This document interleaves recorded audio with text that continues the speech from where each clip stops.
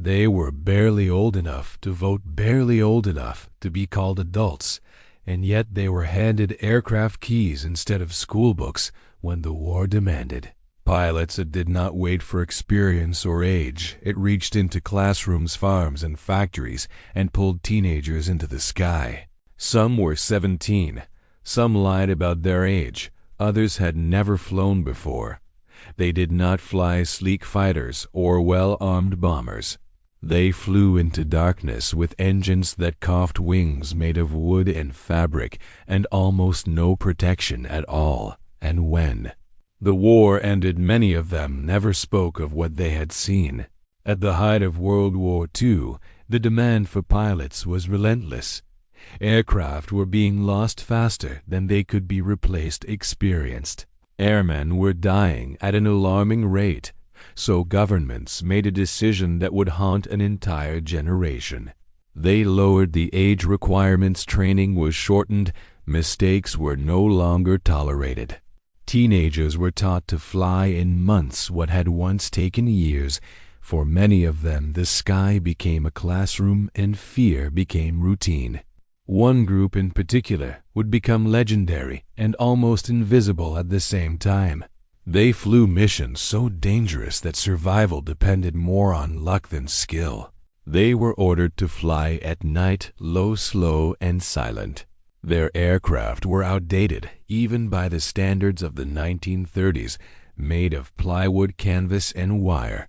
No armor, no radios, no parachutes in many cases. Their engines were weak and unreliable. Sometimes they would cut them entirely and glide toward the target in complete silence. The enemy gave them a name whispered with fear: night witches. Most of them were teenagers. Many were young women who had grown up dreaming of flight clubs and air shows. Instead, they found themselves navigating by starlight with maps drawn by hand. Each night, they flew multiple missions, sometimes 10 or more, dropping small bombs over enemy supply lines, artillery positions, and encampments. The planes were so light that even a slight gust of wind could send them off course. Anti-aircraft fire filled the sky. Tracer rounds passed through. Canvas wings, when hit the planes, did not explode. They simply caught fire. There was no ejection seat, no escape. If the plane went down, it took its pilot with it. They learned quickly not to scream, not to panic, not to hesitate. Fear had to be controlled because hesitation meant death. Between missions, there was little rest. They slept on the ground beside their aircraft, ate cold food, and returned to the sky before exhaustion could catch them. They learned to fly by instinct, to land without lights, to take off in fog, rain, and snow. Some lost friends night after night.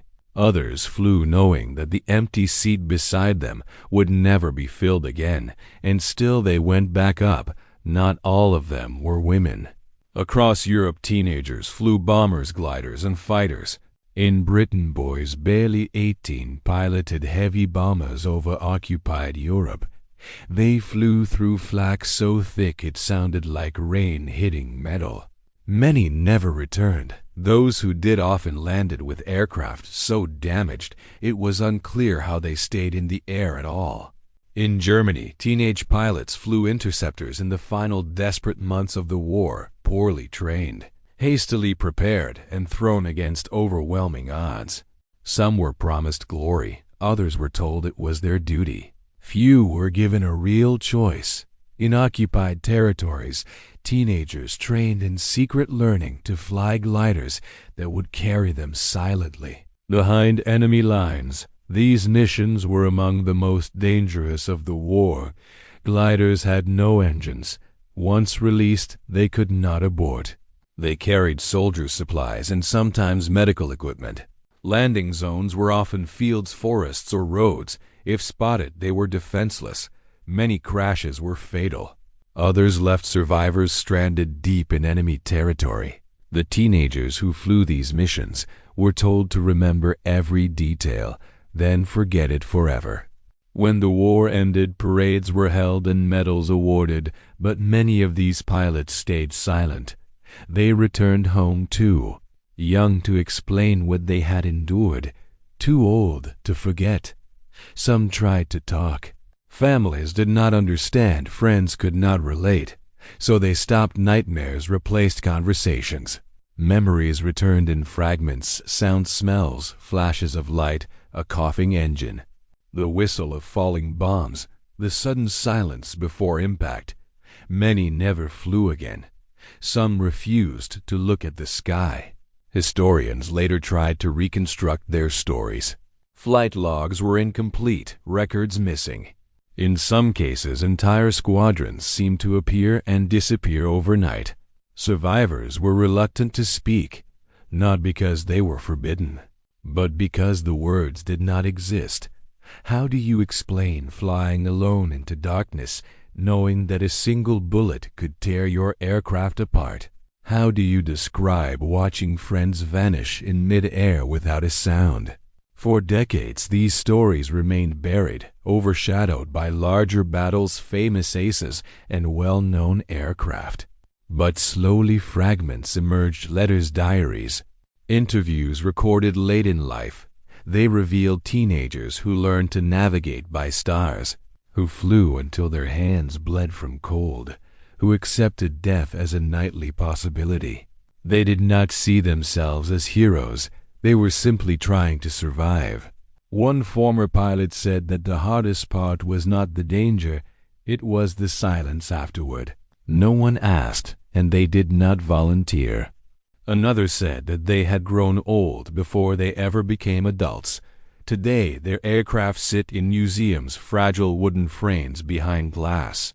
Visitors marvel at how simple they look, how light, how unprotected. Few realize that these machines once carried teenagers into combat night after night. That courage does not always roar.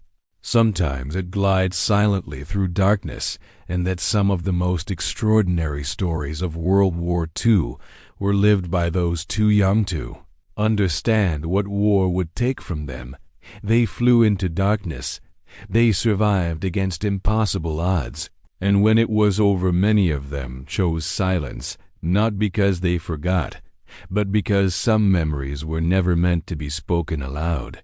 If you found this story meaningful, subscribe for more hidden stories from history, because some of the bravest voices were the ones that never spoke again.